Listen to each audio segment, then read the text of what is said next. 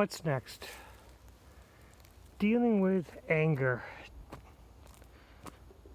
I have been trying to fix my lawnmower by myself. It's an older lawnmower. I've done a few repairs and I've taken it apart several times and put it back together again until I came to the realization today that it is unfixable and I have to buy a new lawnmower. So I finally told my wife, yeah, I think the lawnmower is unfixable. I think we have to buy a new lawnmower. And her response was, well, that's what I told you a couple months ago, but you think you want to spend money on trying to fix it. And of course, me found that as an insult because I've been working so hard in order to fix this lawnmower, and I have fixed it before, and I had to admit failure. But the higher me was in control and said, just listen. When you listen with compassion to what someone says and you don't try to defend yourself, you don't level it up, you just sit there quietly and accept the situation as it is. Because any response that I had, any at all, could have resulted in an argument. Most likely would have. And that's when you have to, the anger's there. The insult was leveled out. There's no question about that. But it isn't an insult for me until I accept it, until I take it and put it inside myself. So even though the anger wanted to grab upon it, take that insult, the higher me said, she's only angry at the situation. She's not angry at you. She leveled us up for the situation. Don't take it personal. And the situation went away. Now we haven't discussed a lawnmower again since, because I have all the tools to fix it, and I still might try to do something else. But I have left it out there that we have to buy a new lawnmower. We can't afford a new lawnmower since we use the government stimulus to pay off some bills. And I have fear that she's going to ask about putting on a credit card. But I'm against that. I have hidden away a few dollars along the side. And I think those, a couple $100, I think we can use that to buy a new lawnmower.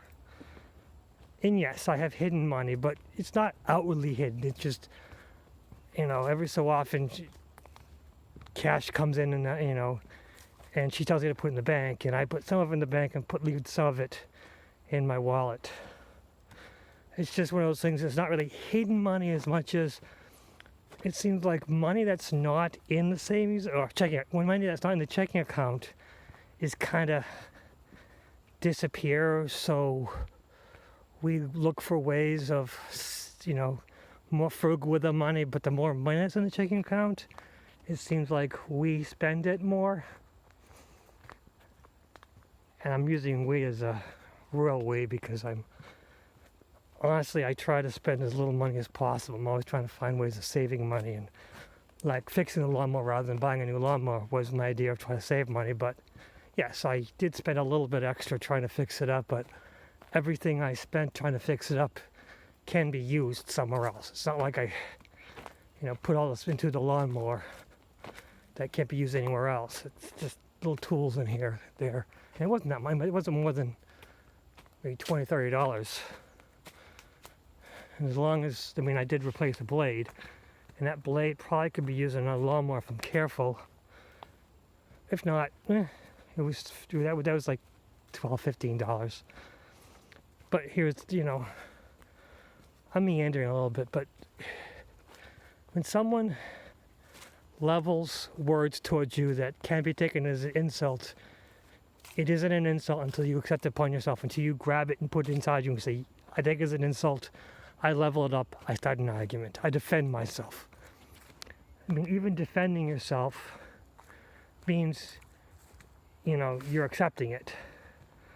But just letting it sit out there quietly, it's a tricky thing. It's a very thin line to sit there quietly when someone says something to you and you don't say anything back. It's a powerful emotion. But some of us need the last word.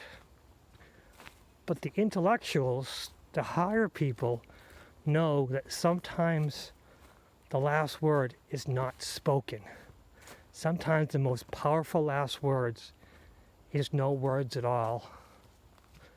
Because when someone says something to you and you see them, you're looking directly at them, you're listening to them, they know you heard every word, but you don't say anything, that throws them off their game. Because one, you give them time to respond, a second time to either apologize or diffuse the situation. Two, if they intend to insult you, it's out there. And since you haven't responded, you haven't accepted their insult, it really throws them off their game. And sometimes makes them more angry. So if someone says something to insult you, and then you're quiet, and then they level up and say something else, you've won that argument. Don't say anything at all. Definitely don't say anything after that. Because you've won. You've won that argument. You just stay quiet. At that point, once they say the second or even third thing to try to throw you off your game, try to insult you, try to be mean to you, you have to walk away. You have to get out of there because you've won the battle. You've won the war.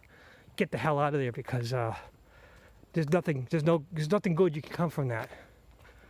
No argument is ever successful. No argument brings anyone any benefit. A discussion where at least one side is compassionately listening, that one side that's compassionately listening is winning. The anger that's inside the compassionate listener has less power. It's still there. It's still a benefit because you can listen to some of the words.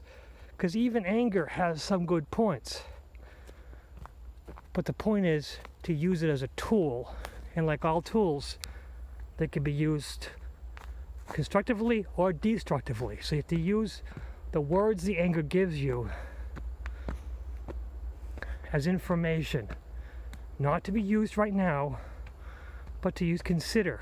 To consider, to mull it over. I don't believe negative emotions can always be bad, but I do believe you have to use them very, very carefully. Because a negative, romance in the dark side. We have a devil, we have an angel. You got to balance them. And always listening with compassion always brings you to your best self, always brings you to your best life, and always works for me now. Because I don't want any more arguments. I just want to be happy. I just want to be successful. I just want to live my best life. I guess that's important. Live your best life with the ones you love. Have a happy marriage. Have a happy life. Have a perfect life. What's next?